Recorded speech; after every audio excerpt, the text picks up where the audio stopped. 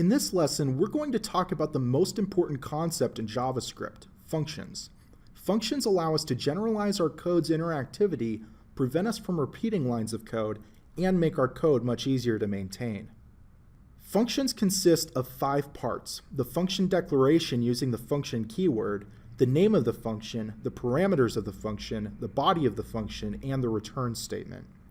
The function name is optional. If a function does not have a name, it is called an anonymous function. Function naming conventions generally follow variable naming conventions with the exception of special types of functions called constructors. We will talk about constructors in a later section. The parameters of a function are data that are passed into a function that can be accessed and used by the function.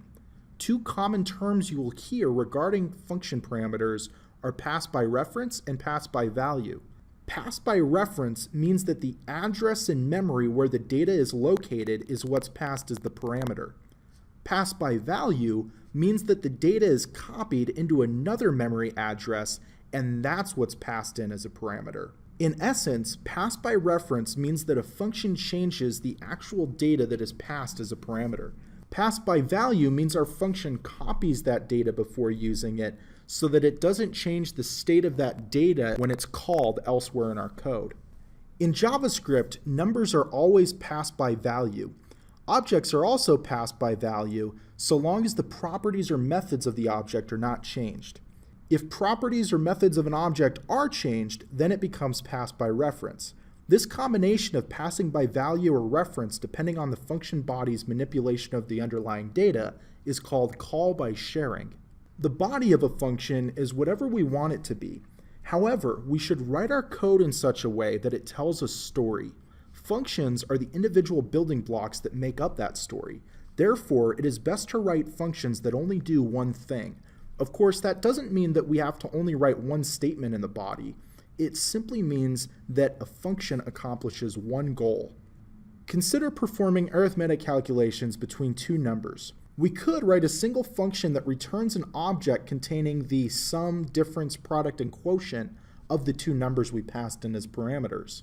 However, it would be better practice to write 4 individual functions for each of these arithmetic operations.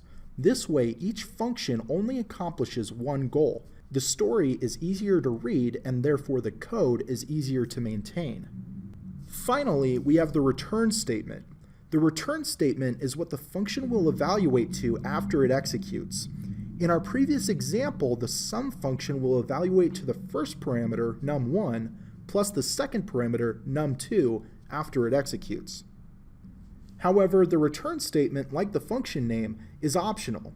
If we don't return a value, the function will evaluate to undefined after it executes. Is that to say then that functions that don't return anything are pointless? Not at all.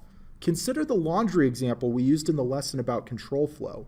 Let's create a function called doLaundry whose body contains the code we created in that lesson. This function does not return anything, however, it mutates the laundry object we passed in by calling some of the object's methods. When a function mutates data that is outside the scope of the function, we say that function has side effects.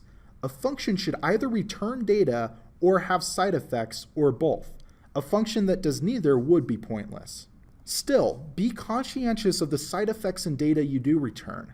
If a function has too many side effects or returns too much new data, it may be prudent to break the function up into separate functions to improve the maintainability of the code. Now that we understand the makeup of functions, let's go ahead and use them in our JavaScript.